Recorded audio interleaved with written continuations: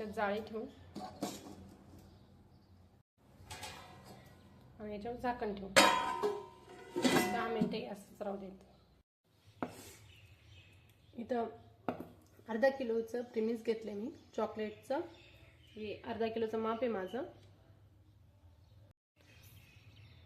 आता केकचं बॅटर आपण या भांड्यात बनवून घेऊ। यात प्रीमिक्स टाकून घेऊ आपण।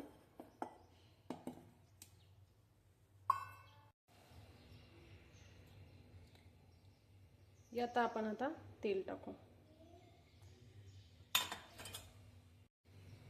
आता यात पाणी टाकू। आपल्याला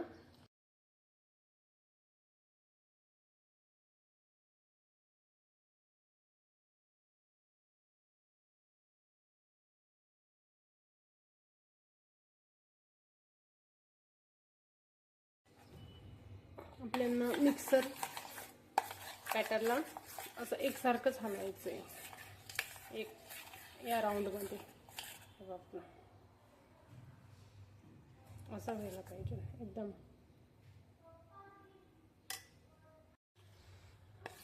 बॅटरमध्ये बबल्स अजिबात नाही राहिला पाहिजे, असं फेटून घ्यायचं। आता केकच्या भांड्याला ऑइल लावून घेतलंय।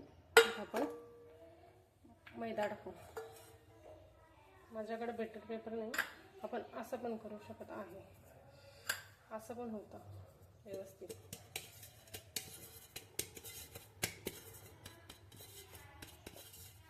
एक्स्ट्राचं काढून टाकायचं आपल्याला। आपण यात आता बॅटर टाकू। आता केक टिनमध्ये आपण बॅटर टाकून घेऊ व्यवस्थित। पण पाहू शकत आहे किती छान झाले।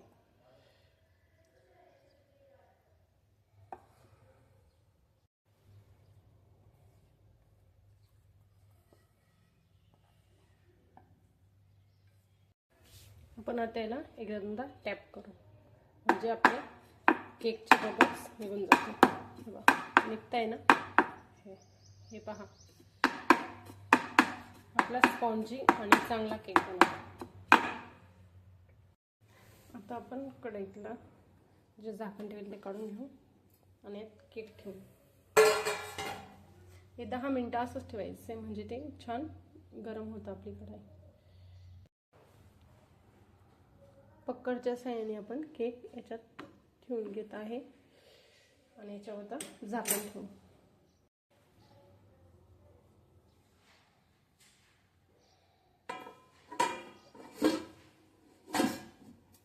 याला 25 नाही तर 30 मिनिटं बेक व्हायला राहू देऊ।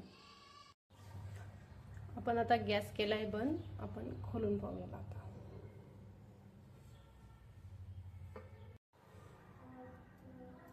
केकला आपण काढून घेऊ आता थंड करायला। आपण पाहू शकत आहे किती छान स्पॉन्ज बनलाय। आपण याला आता चांगलं थंड होऊ देऊ आणि मग त्याला डिमोल्ड करू। किंवा पाहू शकत आहे गार झाला केक। आता डिमोल्ड करू। फक्त केक झाल्यानंतर गार चांगला व्यवस्थित होतो, काय करू नका, नाही तर केक तुटून जातो। हे पहा, अरे वा किती छान निघाला। ते स्पॉन्जचा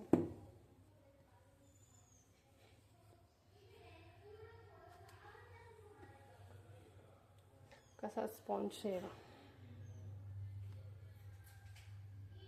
व्हिडिओ जर आवडला तर लाईक आणि सबस्क्राईब करा। आणि जर याची कड पण पाहू शकत किती सॉफ्ट झाली आहे।